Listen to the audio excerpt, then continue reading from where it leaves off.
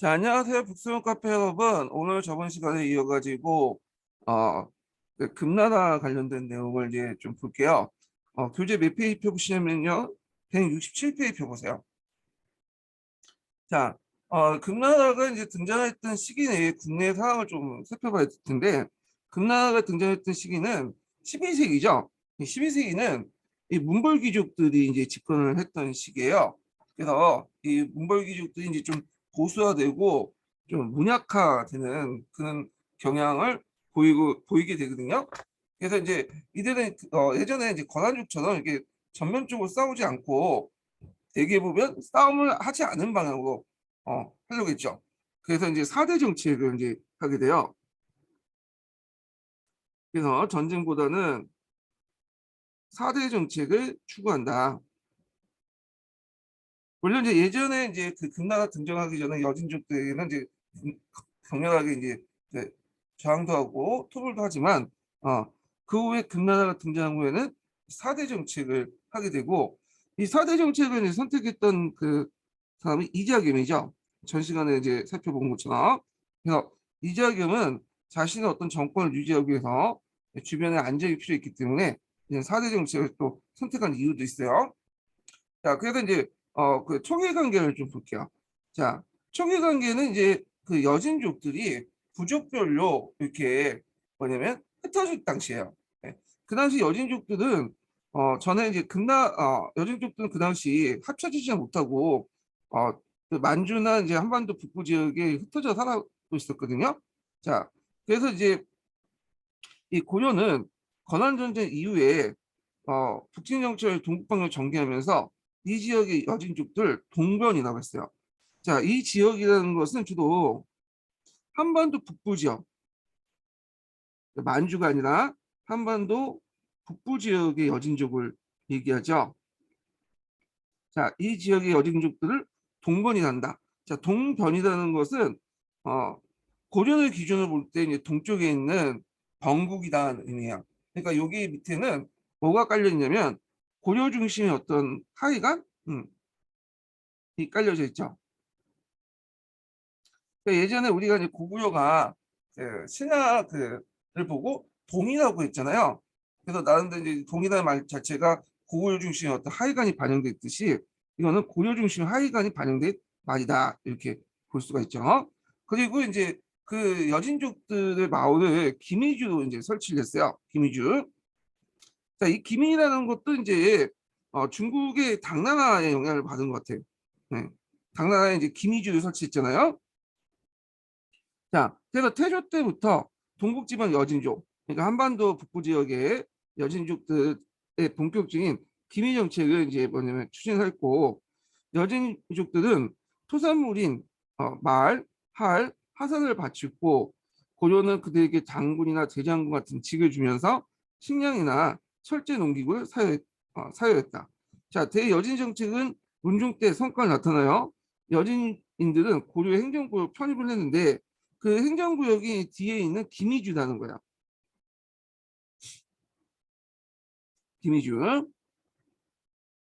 그래서 이제 이 김이주를 이제 편제를 하고 그 김이주 주지장들에게 도령 체제를 편제해서 국경 수비의 방어선으로 삼았다. 이렇게 돼 있어요.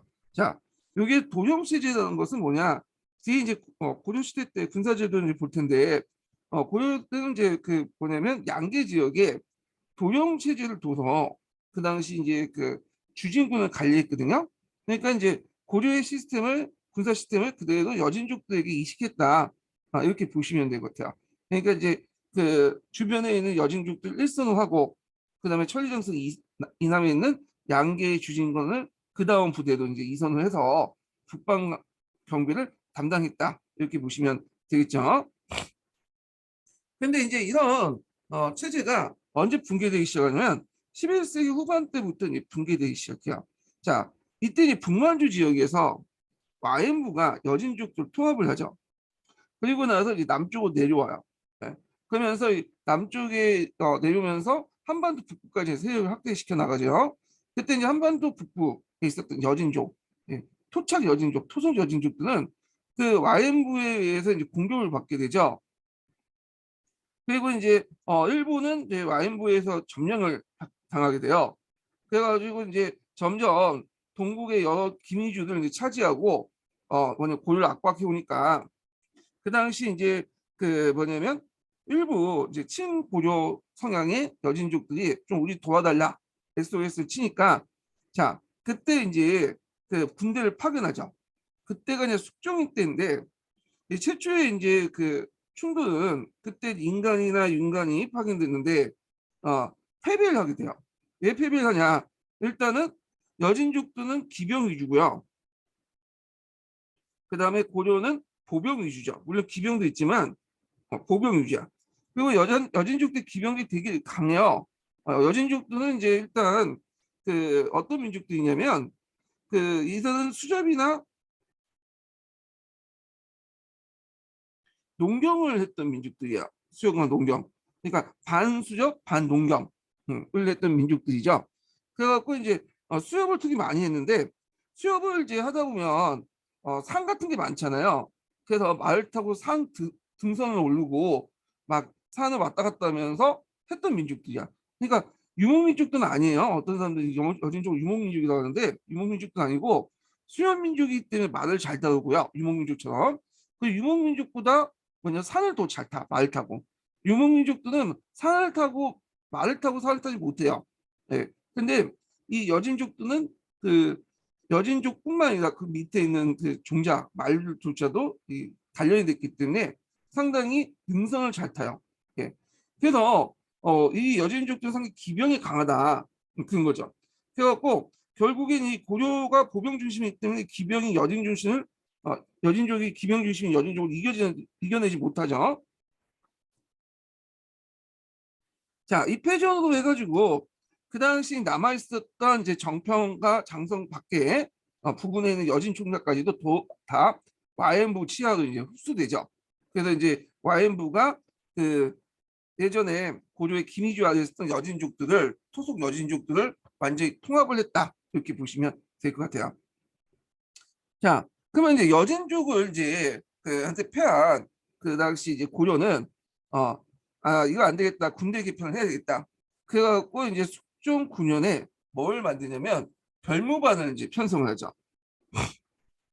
자, 그 저번 시간에 얘기한 것처럼 이 숙종은 그 당시 송나라의 그 왕한세 신법을 모델로 해갖고 신법 정치를 했어요. 여러 가지 개혁 중에 뭐냐면 군대 개혁도 있었는데 이 별무반은 주목적인 여진족을 대비하기 위해서 한 목적이에요. 근데 이제 이걸 통해서 또 이제 군대를 왕이 장악하겠다는 왕권 강화 측면도 있어요. 그래서 이제 윤관의 건의에 따라 기병을 보강한 특수부대를 설치했는데 이 진직 대상이 보면 전 성인 남자라는 걸 알 수 있어요. 그러니까 20세에서 한 60세 정도의 성인 남자들 정남을 대상으로 신분에 상관없이 모두 다 뭐냐면 징집을 했다. 문무상관부터 이서 상인 노복에 일까지 모든 백성을 징집 대상으로 했다는 거. 그러다 보니까 이제 규모가 상당히 크겠죠. 이 규모 자체가. 자, 그래서 이제 조직을 어떻게 나누냐 보면 자 신기군, 그 다음에 신부군, 항마군 이렇게 나눠요. 자 신기군은 기병 중심이야. 이게 이제 왜 기병 중심인지 알겠죠? 여진족을 상대하려면 강력한 기병이 필요하니까 기병 중심한 신기군이 있었고 그 다음에 보병으로는 신보군이 있었고요. 그다음 항마군이라는 것은 그 당시 이제 고려는 불교의 나라잖아요. 그래서 그 사찰마다 뭐가 있었냐면 승병이라는 게 있었어요. 네. 그래서 이 승병으로 구성된 부대가 항마군이에요. 항마군. 네. 그래갖고 이제 이렇게 해서 이제 했는데 그 중에 이제 어디에 중점을 두냐? 요 신기군에 중점을 뒀죠. 기병 중심의 부대에. 자, 결국에는 이제 그 숙종이 죽고 나서 그 아들인 예종 2년에 숙종 때 양성된 부대를 가지고 이제 그 윤관을 원수로 오연춘을 부연수해서 17만 대군을 가지고 동료진을 공격하죠. 그러니까 와인부를 공격했다 보시면 돼요. 그래갖고 이제 연승 연중해서 영역이 그다음 동우는 대공룡까지, 그다음에 북우는 궁왕인형, 그다음에 서우는 목라공룡까지 이뤘다고 해요. 근데 이제 이런 지명들이 지금 어딘지 잘 몰라요. 예, 이런 지명들이. 자, 그래서 이런 지명들이 요즘 어딘지 모르기 때문에 이 육난이 이제 확보했던 이제 그 동북 구성 지역이 어디에 위치한 걸 가지고 지금 학계에서도 좀 논란이 있죠. 그래갖고 이제 그 밑에 항은평양설, 길주설, 그다음에 공연지설 이렇게 세 가지 서 있어. 음. 근데 예전에는 이제 항은평양설 이때가 좀 주력학설이었어요. 일제 강점기 때 이제 그 시민사학자들이나 이병도 같은 그런 사람들은 이제 항은평양설을 주장을 하면서 한때는 교과서나 통론에 한국 통론에도 항은평양 지도가 나오는데 항은평양 일대가 이제 뭐냐면 동북 구성의 위치다. 이렇게 이제 보고 있는데 최근에는 이제 이 항은평양선이 좀 한물 갔죠. 그래갖고 이제 두 가지 또 설이 있죠. 하나는 길주설과 공원지설인데, 자, 길주설은 이제 대체적으로 이제 어디냐면 항해평을 넘어가지고 주로 이제 마천령 이북까지의 그 선이에요. 예. 그리고 공연지설은 뭐 여러 가지 이제 설도 있는데 두만강 북쪽까지 올라갔다. 그런 이제 주장을 하고 있어요. 그래서 이제 요런 이제 세 가지 설이 있다. 이렇게 있고요. 제 생각에는 이 길주설이 좀 타당한 것 같아. 제 생각에는. 왜냐면 국민왕이 이제 그 쌍성 총괄부를 수복하고 나서 마천령 이북까지 이제 그 뭐냐면 영토를 확장시켰잖아요. 그 마천령 이북까지 영토가 확장된 부분까지가 예전에 길주 지역이야. 예, 길주. 그래서 오북 동북 구성이 길주일 수도 있다는 생각도 있어. 왜냐면 만주까지 확대되면 이게 병창로가 너무 길어지기 때문에 그 당시 그걸 확보할 수 있을까? 공영지까지 그 두만강이 넘어서 공영지까지. 그런데 뭐 이거는 뭐 여러 가지 설이기 때문에 시험 문제 나올 가능성은 없긴 하지만 일단 세 가지 설이 있다는 걸 좀 기억을 해주시면 될 거고요. 그래서 이제 일단 그 지역에 동북 구성을 설치했다. 그래서 이제 다음에 거기에 사람이 살아야 될 거 아니에요. 그러니까 남방의 민호를 구성을 옮겨 살게 했죠. 예. 그래서 이제 뭐 국내 농토 부족 해석도 그 이유가 있고, 근데 이건 약간 이제 조선시대 때 좀 비슷하죠. 자, 조선시대 때 이제 사군 육진이 개척된 다음에 세종이 3인 정책을 실시했잖아요. 예, 요거하고 좀 약간 비슷해. 예. 그리고 이제 길주 성내에 이제 절까지도 이제 세워가지고 여기를 확실히 실효적으로 이제 고려가 지배를 하려고 했다. 이렇게 이제 보시면 될 것 같아요. 자, 그런데 이제 문제는 이제 금나라 그 여진족이 와서 예걸복구를 하는 거야. 왜냐면 이제 농경지를 빼앗기니까 이제 여진족들이 뭐냐면 토착 여진족들이 예걸복구하고 또 저항도 심하고 그 다음에 중앙으로도 너무 거리가 많고 그 여기가 이제 여진족들이 완전히 없어진 건 아니거든요. 그러다 보니까 여진족들과 뭔가 싸우면서 계속 또 공격을 받고 지키면서 해야 되기 때문에 많은 군대와 또 많은 백성들이 희생이 당할 수밖에 없겠죠. 그다음 서북 쪽에 있는 이제 평양도 쪽에 있는 거란에 대한 경계가 또 필요했고요. 그래서 결국에는 좀 지키기가 힘들었어요. 그래서 동국 구성을 여진족들에게 반환을 하고 주둔했던 병가민을 철수했다는 거야. 자, 그래서 고려는 모든 기미주를 잃고 이 위신이 하락됐다 이렇게 보시면 되고요.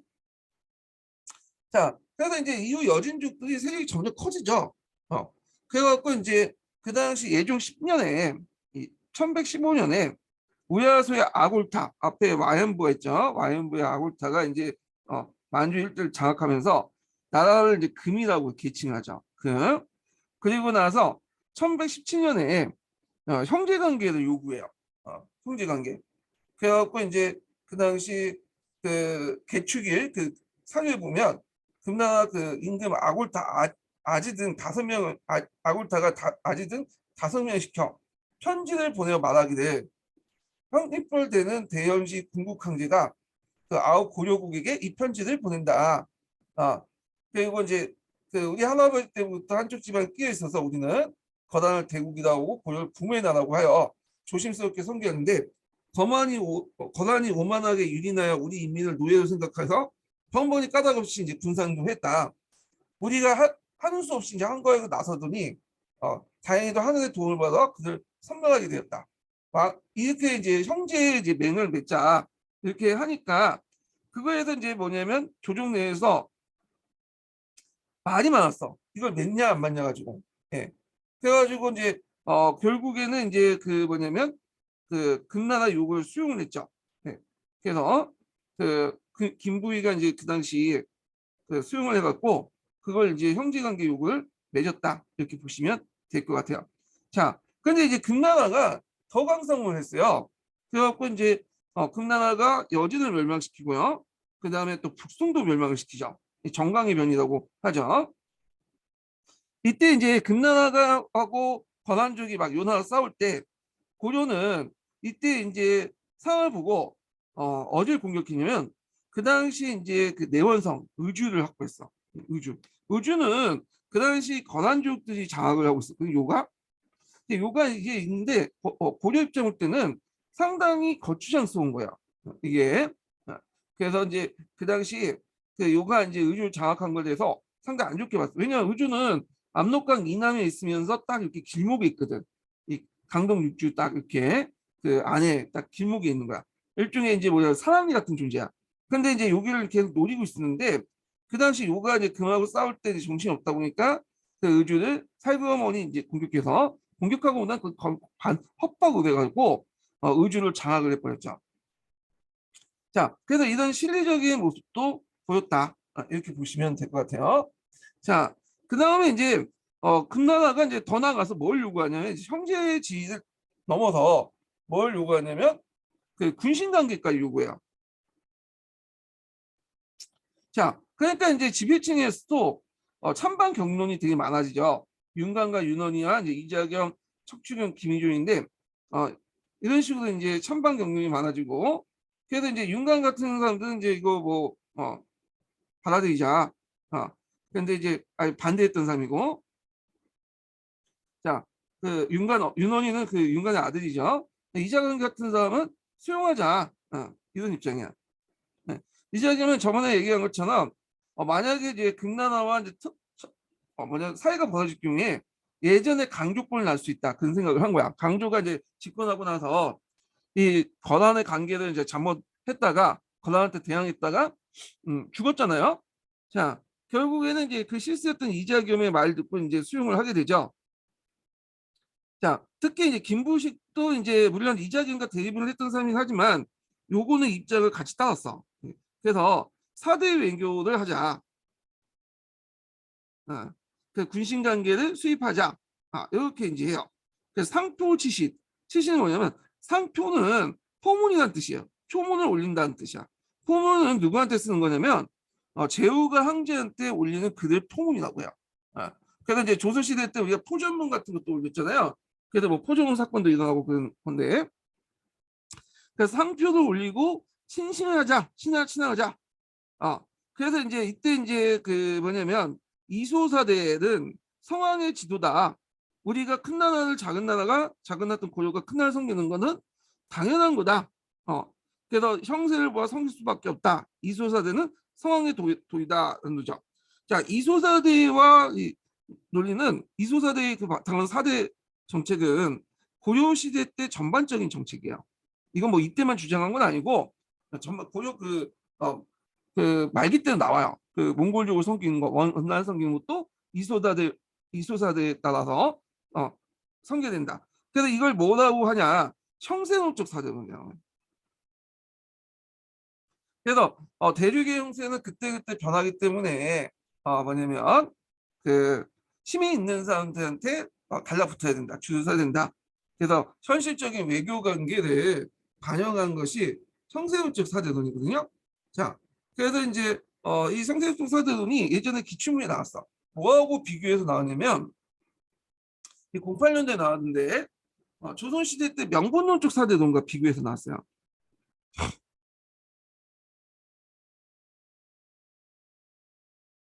자, 명분론적 사대론은 이게 이제 몇 년도야? 몇 년도야? 이게 조선 후기 때 등장한 거죠. 그래서 명분론적 사대론에 대해서 경자한테 그렇게 당한 거 아니에요?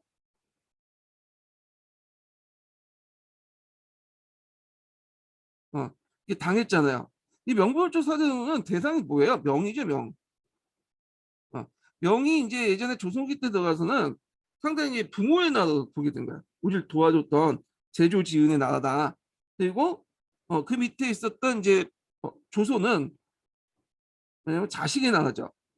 그러니까 조선 전기까지는 명은 그냥 여기 상국이고 요거는 이제 신하의 나라 정도 이렇게 됐는데, 근데 여기는 여기 플러스 부모와 자식의 관계까지 이제 자식의 관계까지 플러스 된 거야. 부모와 자식 간의 관계. 근데 이 상국과 그 신하의 관계는 어 상황에 따라 변할 수 있죠. 근데 부모와 자식 간의 관계는 이게 변하지 않는 관계잖아. 천륜의 관계잖아.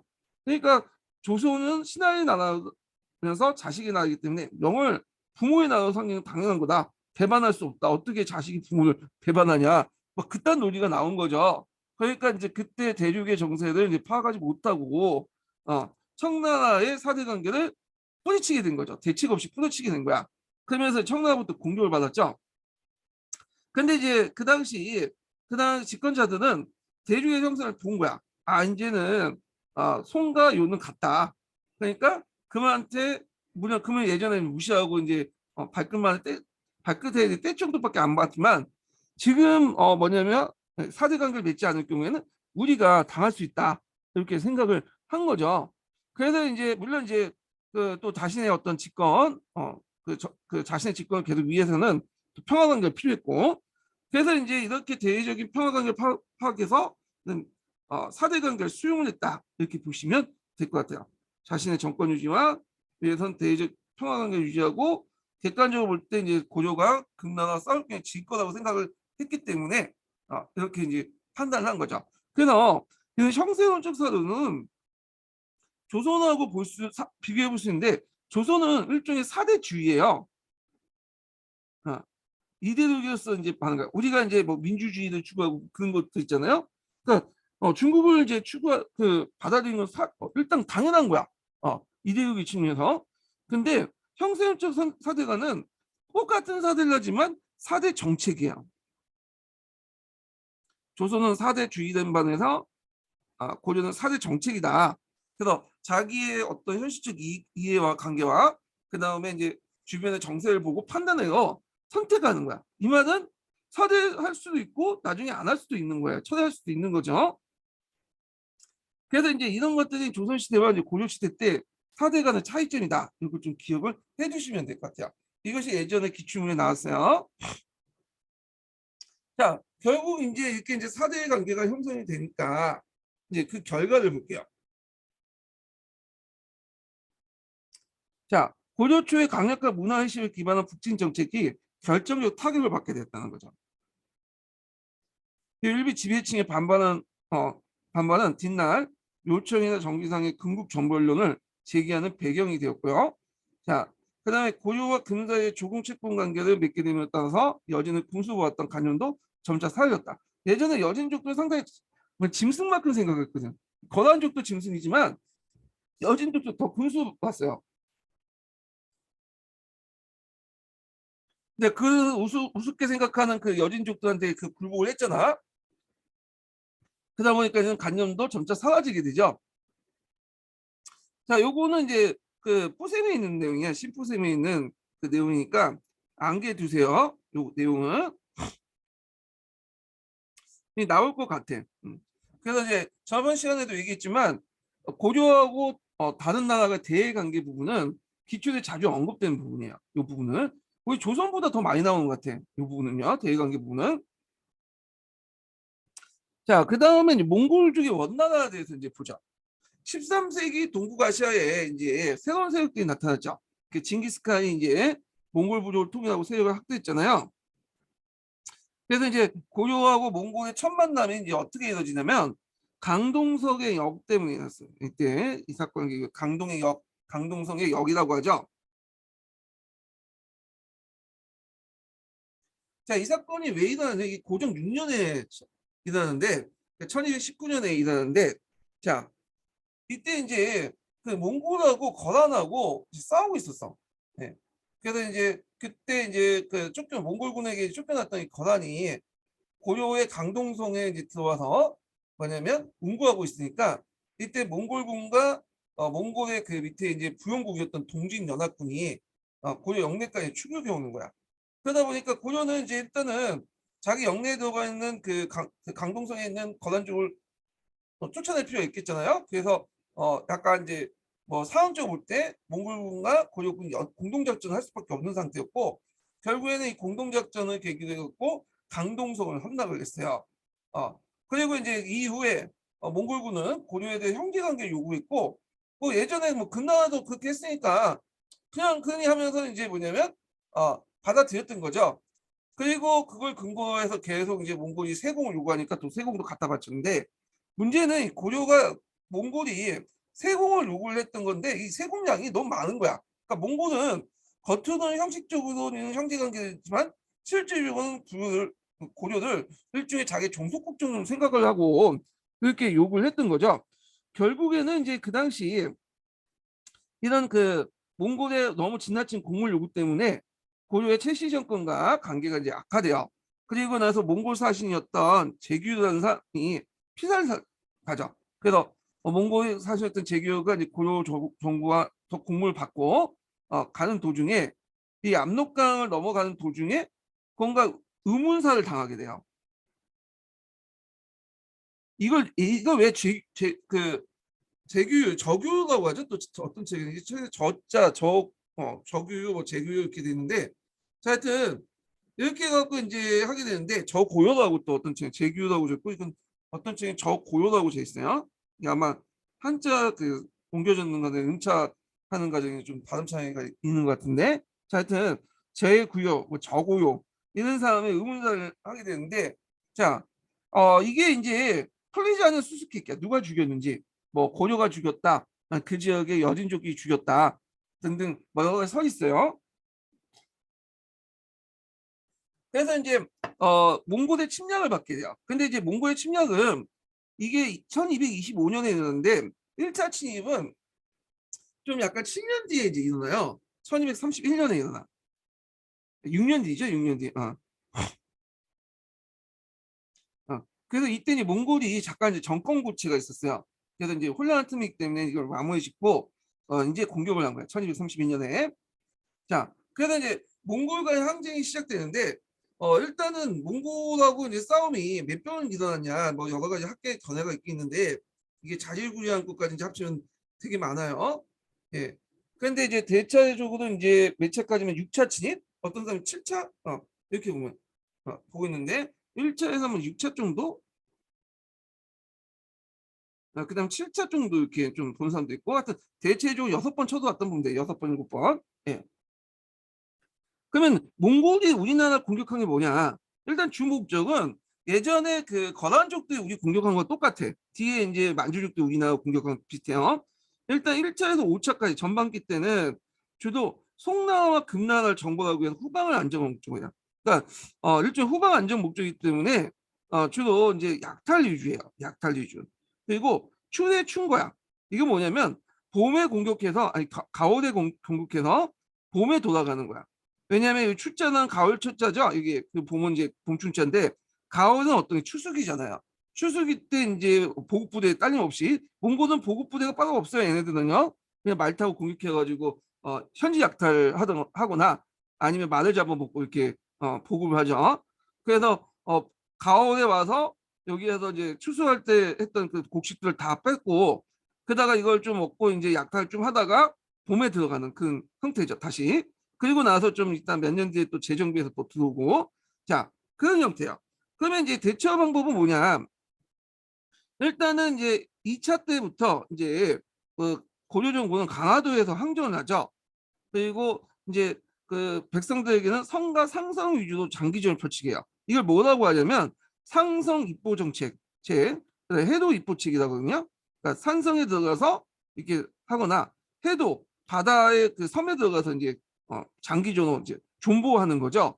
자, 그러다가 이제 몽골군이 돌아오면 다시 일상생활 복귀하는 형태였어요. 자, 근데 이제 6차 침입 이후부터는 좀 약간 다른 경우가 돼요. 자, 6차 침입 때부터는 그 전까지는 이제 그 몽골군이 이제 약탈했잖아요. 근데 이때부터는 정복전 형태다. 이 오고타이부터 이제 정복전 형태가 되죠. 물론 이제 이때는 몽케 때예요, 몽케 때. 그렇지만 몽케 때고 그지만 그러니까 오고 정복전 형태가 이제 몽케 형태, 몽케 시대 때부터 이제 등장을 했거든요. 몽케가 아니라 오고타이 잠깐만요. 아 잘못했네. 예. 그 말 잘못했어요. 6차 침입 때는 몽케 때야. 근데 이 정복전 형태는 그 오고타이 때부터 등장했는데 오고타이 때는 이제 주로 이제 중국에서 정복할 때 이제 정복전을 했고 우리나라는 계속 약탈전을 했는데 이 몽케 때 들어오면서 이제 뭐냐면 오고타이의 정복전이 그대로 이제 뭐냐면 고려에도 적용이 돼. 그래서 예전처럼 한번 쳤다가 돌아가는 게 아니라 계속 주둔을 하게 돼요. 주둔을.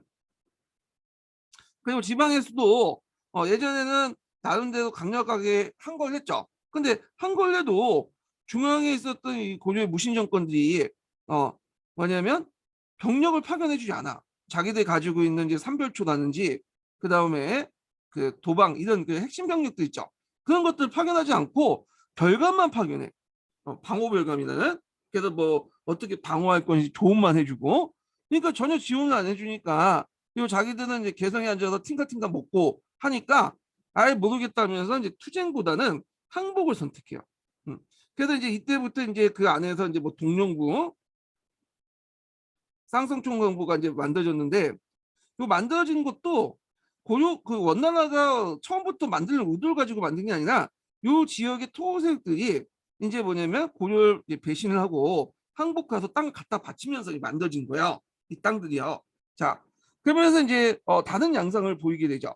자, 그때 이제 쿠비라이가 즉위하죠. 쿠비라이는 그 중국식 그 어떤 외교 관계를 추구했던 사람이에요. 그러니까 조공채권 관계, 조공채권 관계를 추구를 하려고 했던 사람이다. 그래서 이때 때마치 이제 뭐냐면 세자였던 원종이 와서 쿠비나이하고 만나면서 쿠비나이가 세조 구제의 원칙을 맺게 되죠. 그러면서 이제 어떻게 되냐 하면 이제 항복을 하고 세조 구제의 원칙에 따라서 이제 고려는 그 당시 그 원나라의 부용국이 되는 거야. 종속국이. 그렇지만 나름대로 고려 왕조는 계속 유지가 됐다. 독립은 유지가 됐다는 거죠.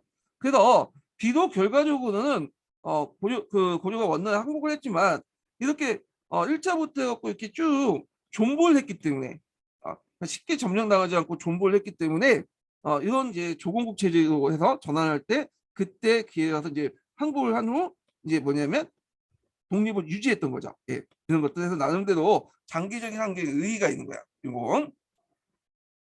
자, 그러면 이제 내용을 보죠. 1차 침입 볼게요. 1차 침입, 뭐 2차 침입 이렇게 등등등 있는데 1차 침입 보죠. 자, 1차 침입은 고종 18년 1231년에 일어났어요. 아까 이제 저고의 이제 암살 사건을 계기로 해서 이제 일어났죠. 그걸 묻는다, 책을 묻는다는 이유로. 그래서 항전을 했는데 여기에서 이제 크게 항변했던 사람이 누구냐? 박서예요. 박서. 네. 박서가 이제 그 다음에 살리타의 공격을 받게 돼요. 기주성이 항전을 하죠. 그래서 이 항전은 나중에 이제 고려 정부가 이제 그 몽골과 강화조약 이후에도 계속 항전을 하게 돼요. 박서의 기주성 항전 있었고 그다음에 충주성에서 지강수가 지휘한 다인촌소 주민과 노비군들이 도망간 관리를 대신해서 이제 저항을 하게 되죠. 이런 등등 해서 이제 했고 결과적으로 이제 계속 싸우다 보니까 몇 그 전투에서 이제 승리는 했지만 이게 버틸 수가 없는 거야. 그래서 이제 결국에는 그 당시 이 몽골군들이 수도까지 들어오니까 이제 그 당시 이제 그 세시 정권이 항복을 하죠. 네. 그래서 서북령 서경의 다루가치를 주둔하고 철수를 하게 돼요. 그때는 최후 때인데 일단 철수를 하는데 그 후에도 이제 몽골들이 와가지고 이제 몽골군들이 이제 몽골 애들이 사신을 보내서 막장 국물 여기 그 보내고 막장 국물 요구하고 하니까 더 이상 버틸 수 없는 거야. 안 되겠다. 그래서 강화천도를 하게 되죠. 예. 그래서 이제 이 1차 침입 이후에요. 예. 어떤 책에는 뭐 마치 1차 침입 이전부터 강화천도를 한 것처럼 이렇게 기술되어 있는 책이 있더라고요. 예. 근데 이건 잘못된 그 기술이고 1차 침입 이후부터 이제 강화천도를 했다 보시면 돼요. 자, 그래서 강화천도하는 과정에서 좀 반발이 있는데 반발을 그냥 심으로 심어도 이렇게 이제 무너뜨리고 심어도 이제 이렇게 뭐냐면 내세워 갖고 처단을 하고 강화천도를 하게 돼요. 예. 그래서 장기적인 그 데모 강제를 태세를 갖췄다. 왜냐면 강화천도한 이유가 이제 몽골군이 이제 육상은 강하지만 해군 전력이 없다고 생각해서 이제 뭐냐면 강화천도를 한 것 같아요. 예. 자, 근데 이거는 이제 좀 약간 좀 착공 미스인 것도 있어. 왜냐면 몽골군들이 이제 자체적으로 해군은 없어요. 얘네들이 얘네들은 이제 기마 위병 위주잖아요. 근데 몽골군이 다른 지역을 점령할 때마다 그 지역에 있는 그 군대들과 무기를 이용을 하거든요. 그러니까 그 당시에는 몽골군이 해군이 없었던 게 아니에요. 해군이 나름대로 있었어. 예. 그럼에도 불구하고 고려를 이렇게 공격할 때 강화도를 점령하지 않았던 이유가 있어요. 뭐냐면 앞에서 얘기한 것처럼 이제 몽골군의 주 목적은 그 고려를 아예 정복하는 목적이 아니었어요. 송나라 금나라를 정복하기 전에 후방을 안정시킨 목적이었고 괜히 또 강화까지 공격했다가는 잘못하면 이 송나라가 남송이나 뭐 일본과 이렇게 아니 고려가 남송이나 그 북송 남송과 이제 남송이나 고려가 남송이나 그 일본과 연합을 해서 자기하고 이제 연합전선을 펼칠 수 있다. 얘네들이 삼국 동맹이 강화될 수 있다는 측면도 있기 때문에 강화를 공격하지 않았다라는 설이 되게 요즘에 어, 어, 부각이 되고 있죠. 자, 하여튼 강화천도에도 장기적인 대문 강조가 있고요. 이때 이제 많은 인구가 가다 보니까 강화도 간척 사업을 시작해요. 원래 강화도는 세 개로 분리된 성이었어요. 지금처럼 이렇게 하나로 이제 있는 섬이 아니라 세 개도 이렇게 있었던 섬이고 중간에 갯벌이 있었어요. 그래서 이런 갯벌들을 메꾸기 시작해. 이 주변의 갯벌들. 그래서 이제 이런 것들이 뭐 고려 시대뿐만 아니라 조선 시대까지 쭉 가요. 그래서 오늘날 강화도 모습 있죠. 이것은 이제 갯벌을 하나 메꿔가지고 주변의 갯벌마다 한 개 섬이 된 거야. 이게 이제 숙종 때 완비가 되죠. 고려 숙종 때. 아니, 고려 숙종은 조선 숙종 때. 그래서 이제 이때부터 해갖고 조금씩 간척 사업이 이제 실시된다. 이렇게 보시면 돼요. 갯벌 메꾸는 사업들이. 자, 그 다음에 2차 침입을 보죠. 2차 침입은 이제 이렇게 했는데 몽고가 이제 딱 보니까 이게 고조 정부가 이제 뭐냐 강화도도 갔거든. 자기한테 이제 개긴다 생각을 했고 그 다음에 또 이제 서경에 있는 다도가치들이 그때 강화천도를 하면서 이제 뭐냐 고조 정부의 명령 안에서 뭐냐면 대규모 죽게 돼요. 다도가치들이. 자, 그래서 이제 몽골이 이제 2차 침입을 이제 행했죠. 이게 1232년에 일어났던 건데, 자, 몽골 침입의 이제 이제 그 대장은 누구냐? 사리타야.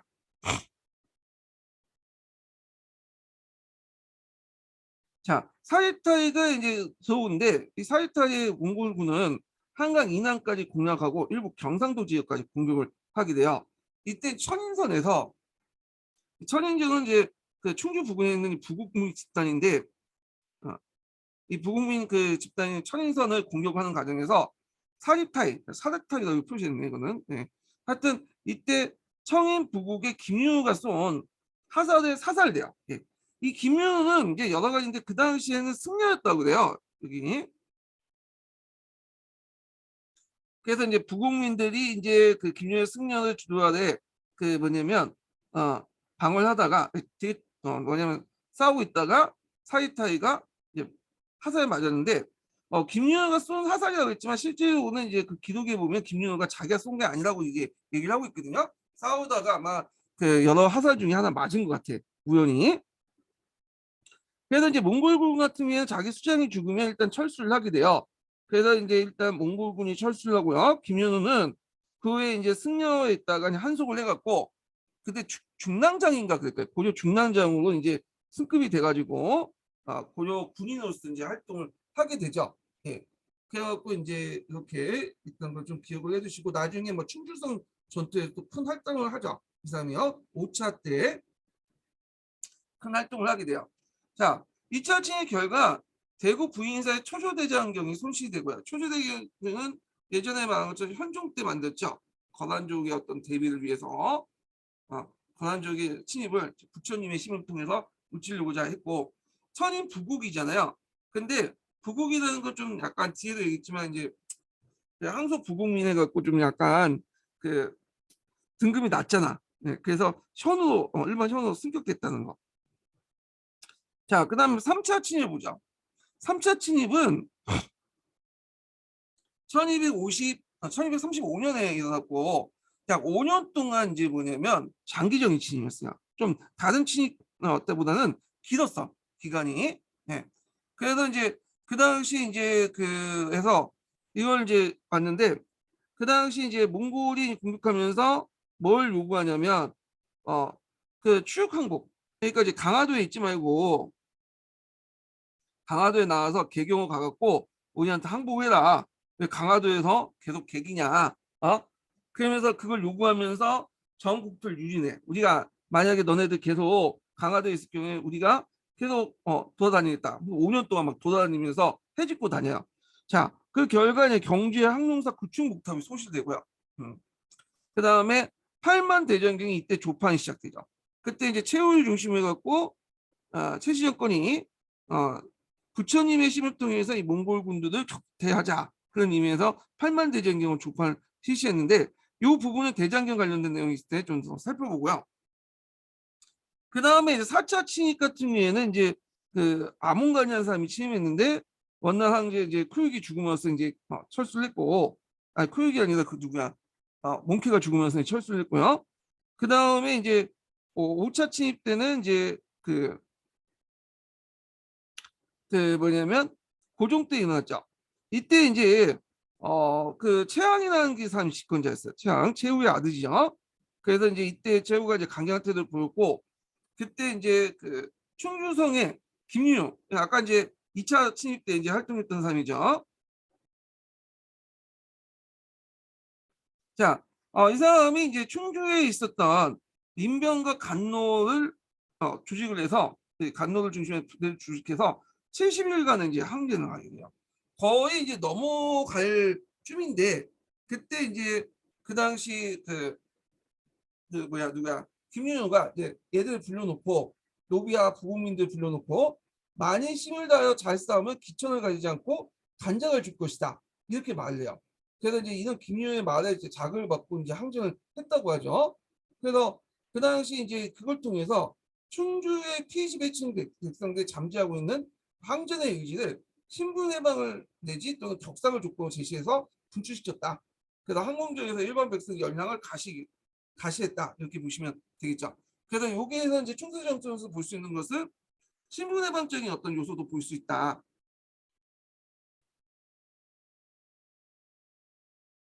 이렇게 보시면 되고요. 그리고 이제 그 결과 최항은 충주를 국영경으로 이제 상경하고 있는데 어제 상경제도 있다고 했죠. 경제도 경으로 승격시켜. 모델까지는 않았지만 하여튼 이렇게 했다. 그리고 이제 이때 또 눈여겨볼 게 이제 초족도 같이 활동해요.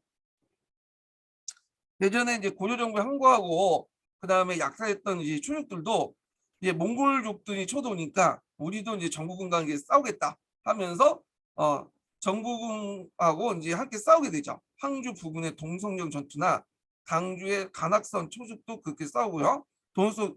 항주 부근의 동성령 전투나 강주 강악선의 초족도 이렇게 해서 이렇게 그 정부군과 싸웠다. 근데 뭐 중요한 건 아니에요. 하여튼 초족도 정부군에 합류해서 싸웠다. 이거 좀 기억을 해두시면 될 것 같아요. 예. 자, 그 다음에 이제 6차 침입 때 보자. 자, 이 6차 침입은 좀 이제 종전의 침입과 좀 다르게 좀 약간 이제 장기적 양상이 띠게 돼요. 이 앞에 있죠. 6차 침입은 이제 그 당시 몽케 때인데, 제가 그 종종이 몽케가 아니라 쿠육이다, 쿠육. 정종의 쿠육인데 잘못만 했어요. 하여튼 그 몽케 때인데 몽케 때가 이제 그 왔는데 몽케 때 이제 6차 침입이 시작되죠. 예, 몽케 침입. 그래서 중국을 정벌 때 오고타의 정복적 형태로 이제 장기적 형태가 나타난다. 이렇게 보시면 될 것 같고요. 그래서 이제 이때부터는 이제 몽골군이 가온에 왔다가 봄에 돌아가는 게 아니라 계속 눌러 앉게 돼요. 예. 그래서 이제 항전 기간이 되게 길죠. 한 6년, 7년 이렇게 길고.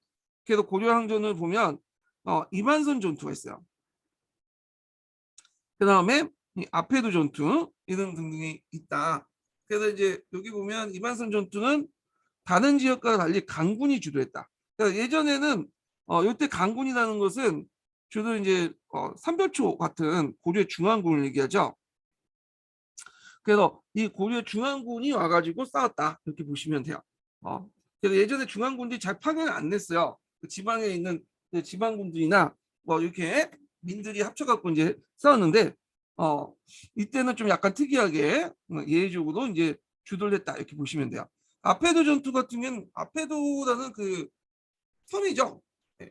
그래갖고 이제 그때 이제 차하다가 수군 7천 명을 이끌고 7천 명, 70척을 이끌고 아페도를 공격해요. 그러니까 이제 아페민들이 대포 두 개를 배에 싣고 항전하게 되는데 이때 대포라는 게 우리가 폭약이라고 이제 생각하면 안 되죠. 아직까지는 폭약을 이제 장착하는 그것은 아니고 나중에 이제 그 13 고려 말기 때 들어왔던 채용선생님에서 그런 폭약은 하향무기 아니야. 여기 대포는 요거는 그 돌을 이렇게 이제 넣어가지고 날리는 거예요. 돌을 날려서 발사대를 통해 날리는 걸 대포라고 하는 것 같아요. 그래서 이제 차세대 수군은 폭약 그 대포 두 개로 배를 싣고 항전을 했다 이렇게 보시면 될 것 같아요. 자, 그 다음에 이제 여기 보면 충주 다림초소의 노예들이 하야겠다. 근데 여기는 노예보다는 노비가 낫겠죠. 노예들보다는 노비든지 하여튼 철소민들 거기든 이제 항전했죠. 그래갖고 여기 보면 몽골하고 싸웠던 그 사람들 주체들을 보면 일반 농민들도 있고 그 다음에 이렇게 천민이나 부국민들이 되게 많았다는 거.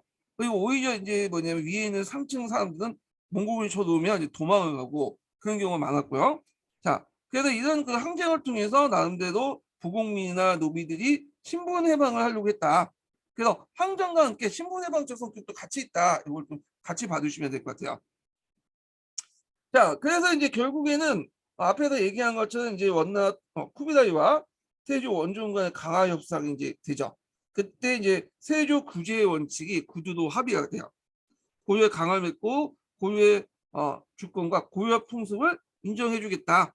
고려 왕조의 생존권과 어, 고려의 생존권과 그 다음에 이제 고유의 풍속, 토풍을 인정해주겠다. 이렇게 하고요. 대신에 이제 조공 책봉을 이제 하겠다. 이런 내용이죠. 그래서 세조 규제 원칙이 확립되고 나중에 충녕왕 때 문서로 기록이 돼. 네. 자, 그래서 고려의 종속 보존과 그 다음에 몽고군의 이제 즉각적인 철수 6개조 요구를 그 당시 몽고의 6개조 요구를 그러니까 몽고군과 이제 고려의 이제 간의 이제 약속 6개조 내용을 이제 맺고 이제 뭐냐면 철수를 하게 되죠. 예. 그런 것도 이제 있고요. 그다음에 삼별초 형제 볼게요. 철수보다는 이제 이거는 철수는 좀 나중에 하죠. 예, 이거는 고려가 이제 그때 몽골하고 고려가 합의한 내용이 그 내용을 말한 거예요. 지금요. 그래서 6개가 있어요. 6개. 예. 그래서 몽골의 뭐 즉각적인 철수. 그다음에 이제 고려 정부가 개경호는 이제 한도를 하고 그다음에 몽골의 역 있죠. 역잠 시스템을 깔고 뭐 그런 내용이 있어요. 예. 자, 그리고 이제 앞에 살펴본 상병초 항쟁이 있었고요. 자, 그다음 왜군을 볼게요. 왜군 이제 보기 전에 첫 번째 인증번호 이제 알려드릴게요. 첫 번째 인증번호는 67번이에요. 첫 번째 인증번호 67번입니다. 자, 고려 후기 때 이제 왜구가 이제 창궐 했는데, 왜구는 이제 이때 왜구는 정기 왜구죠. 자, 일본사 할 때 좀 얘기할 텐데 정기 왜구 시대적은 남북조 시대예요. 그래갖고 이 남북조 시대 때 내단으로 식량이 부족하니까 그 당시 한반도 지역과 중국 남부 지역을 터왔어 일본 애들이 대규모로 이제 도와서. 예. 그래서 큐슈 지역에 있었던 이제 그 세력들의 지원을 받고 일본의 이제 그 외구들이 조직화돼서 한반도와 그 당시 그 뭐냐면 중국의 강남 지역을 터었다. 이걸 보통 이제 정기 예구라고 하죠. 그래서 뒤에 이제 후기 예구하고 좀 구별이 되죠. 14세기 정기 예구는. 자, 그래서 이제 충정왕 2년부터 시작돼서 공민왕 우왕 때까지 침략이 급증됐고요. 특히 이제 우왕 때 상당히 이게 많았어. 여기. 그래서 이제 일본에서 남북조 내단기를 이용해서 경량비 같은 것들이 부족하니까 이걸 확보하기 위해서 고려를 침공하죠. 자, 그래서 이제 미국을 약탈하기 위해서 조국을 운반하는 조선을 공격하거나, 어, 조선이라는 것은 이제 조국선을 조은선을 얘기하죠. 예, 조은선이라고 쓰는 게 낫지 않나?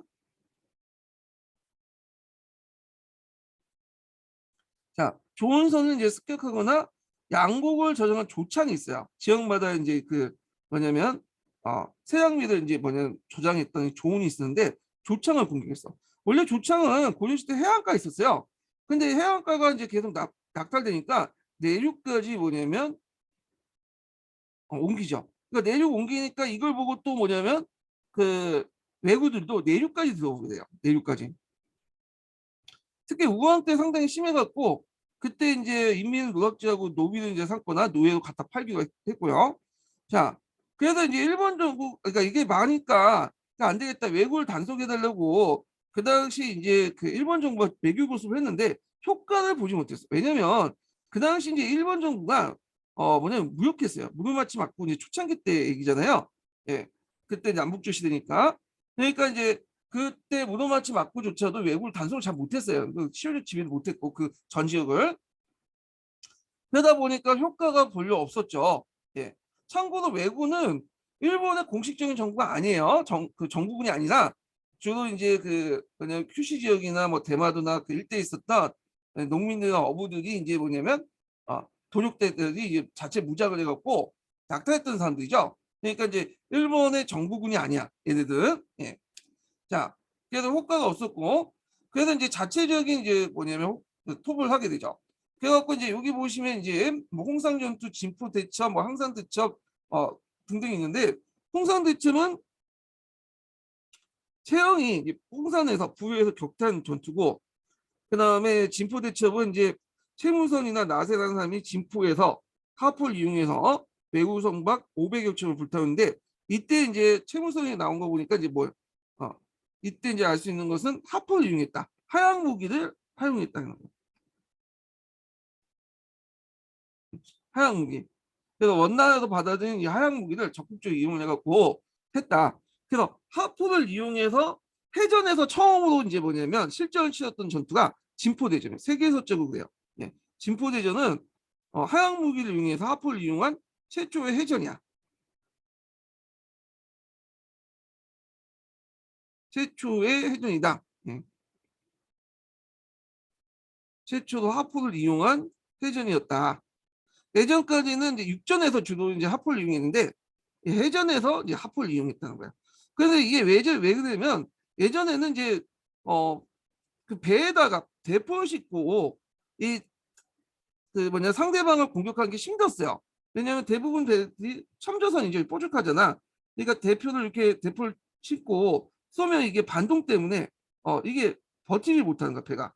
그런데 이제 고려 같은 경우에는 조선과 마찬가지로 평저선이죠. 그렇기 때문에 평전선이기 때문에 여기 대포를 쏘도 쏴도 반동을 견딜 수가 있는 거야.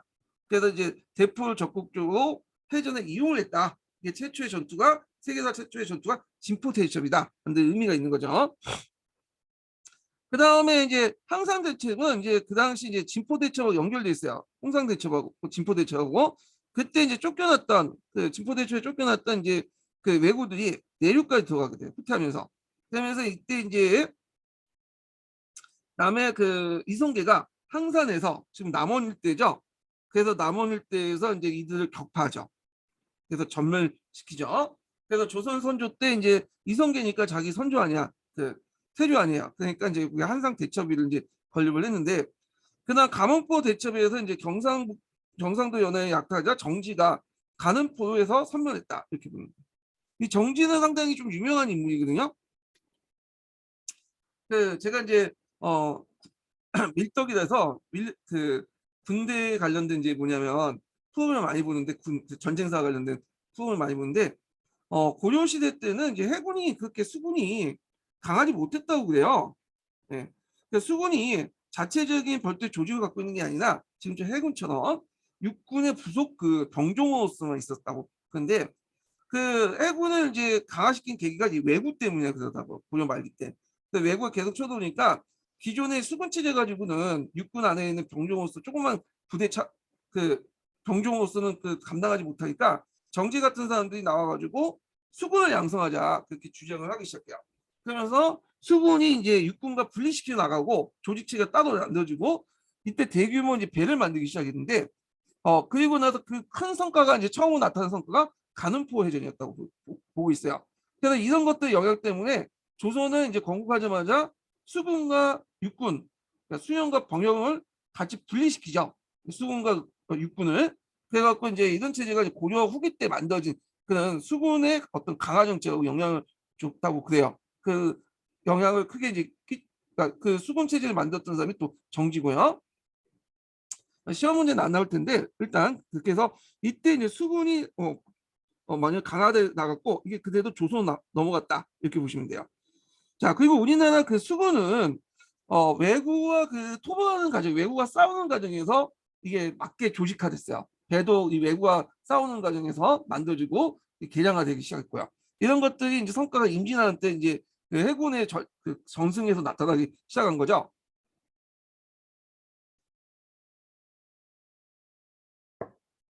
자, 그 다음에 공양 1년 때 이제 스시마를 정벌하죠. 스시마 정벌은 여러분 다 알 거예요.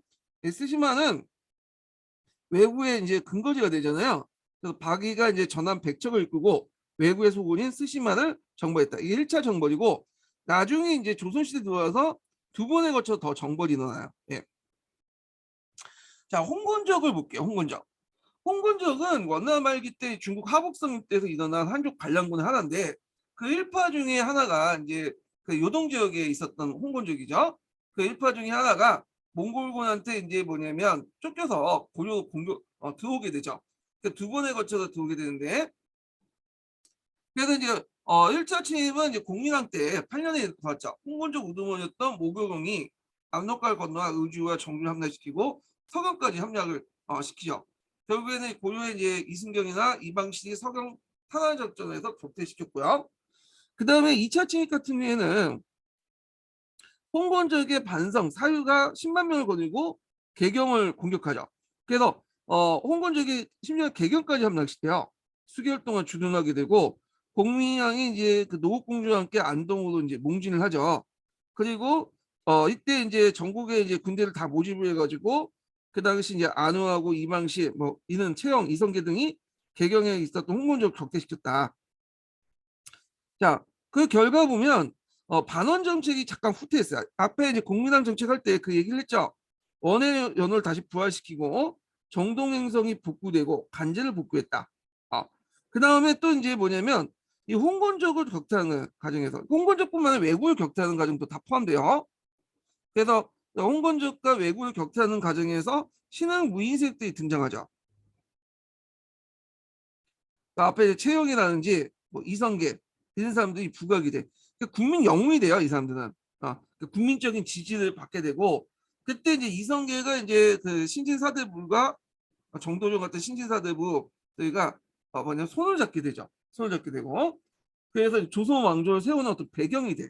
아, 자 그리고 이제 전공을 이제 기어서 이거 홍건적뿐만 아니라 외구 관련된 내용이야. 그러니까 이 결과가 이게 마치 이제 홍건적에 대해서 그래서 홍건조가 되는데 홍건조과 외구 다 포함되는 거야. 홍건조과 외구를 다 포함시키는 결과예요. 침입 격퇴하는 과정에서 그 당시 첨설직을 대거 수해. 주로 이제 지방에는 향리층들이 주죠. 향리층. 그래서 그 향리층이 상층 향리하고 하층 향리로 이렇게 나눠져 있는데 그래서 이 상층 향리들이 그 당시 이제 뭐냐면 첨설직이나 그다음 유형 풍간이라고 하죠. 유형 풍간. 예, 경고직이나 이런 게 뭐냐면 간직들을 받게 돼요. 예, 그래갖고 이런 간직을 통해서 이제 뭐냐면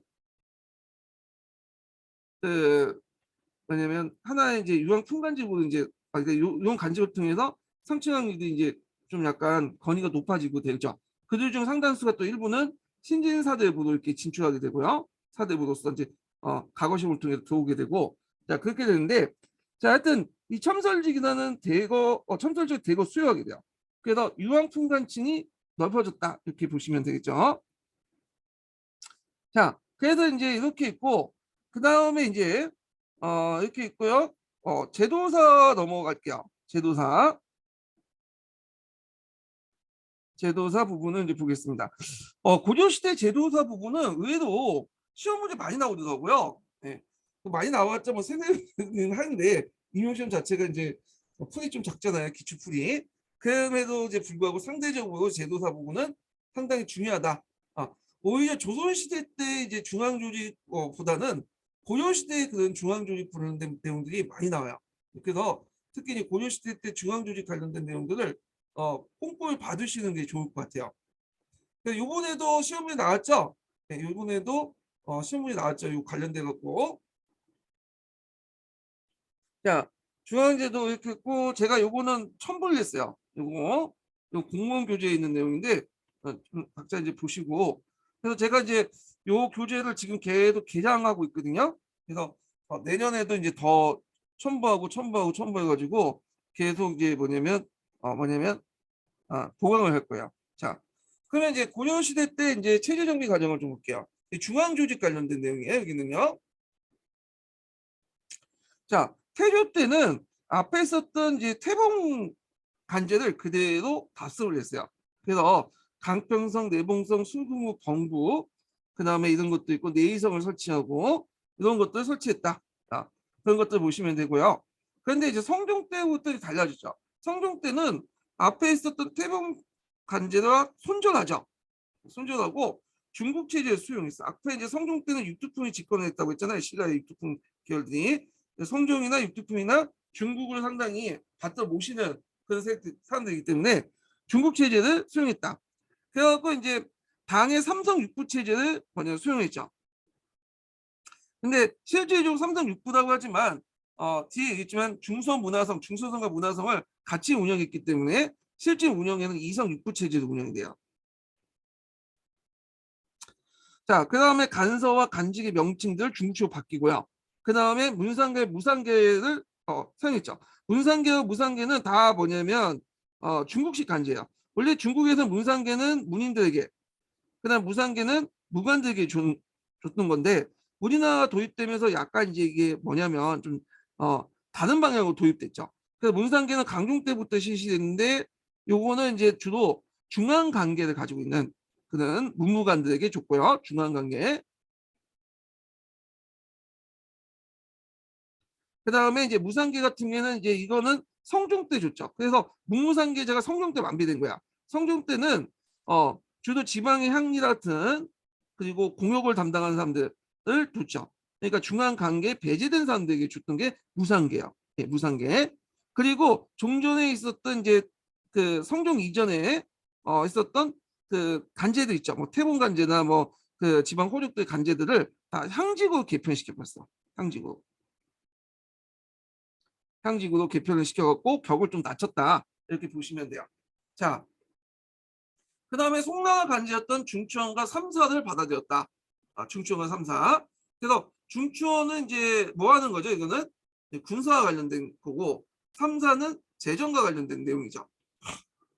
네, 우리가 이제 조선시대 삼사하고는 좀 달라요. 네, 언간기능 가지고 있는 삼사하고는 다르다. 예전에 뭐 역교론에서 삼사 관련된 내용이 있어요. 고려시대 삼사와 그 조선시대 삼사의 차이점을 물어본 적이 있어. 예. 자, 그래서 이때는 주로 하풍이 유행했다. 그 전 시간에 얘기했지만 고려시대 전체 이제 국풍하고 하풍의 대립 관련된 내용이 있고 그 푸셈에도 있죠. 근데 이제 육두풍이 집권했던 이제 그 성종 때는 종전과 달리 국풍이 아니라 하풍이 있다. 그 중국의 어떤 문화를 적극적으로 수용했다. 자, 이런 것들이죠. 자, 그래서 이제 있고 그래서 이제 그 신라의 간반 제도를 유지하기 위한 호족과 구별해서 항제국 제도를 수용했다. 여기 이런 것도 있어요. 그래서 근데 주의할 것은 성종 때는 자기가 항제국이라고 생각하지 않았어요. 얘네들은 그 뭐냐면 성종 때 같은 경우에는 일종의 뭐죠? 자기가 제국이라 생각했죠. 예. 근데 이제 일단은 그 당시에 이제 그 호족들과 구별하기 위해서 이런 문무사 경제를 도입해서 중국의 문화들 하풍을 수입했다 이렇게 생각을 하시면 될 것 같아요.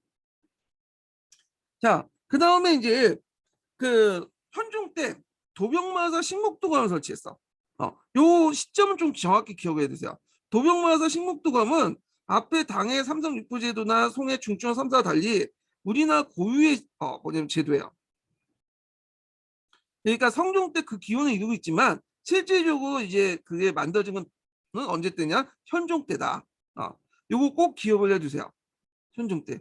왜 그러냐면 요와 관련된 이제 기출 문제가 예전에 나왔어요.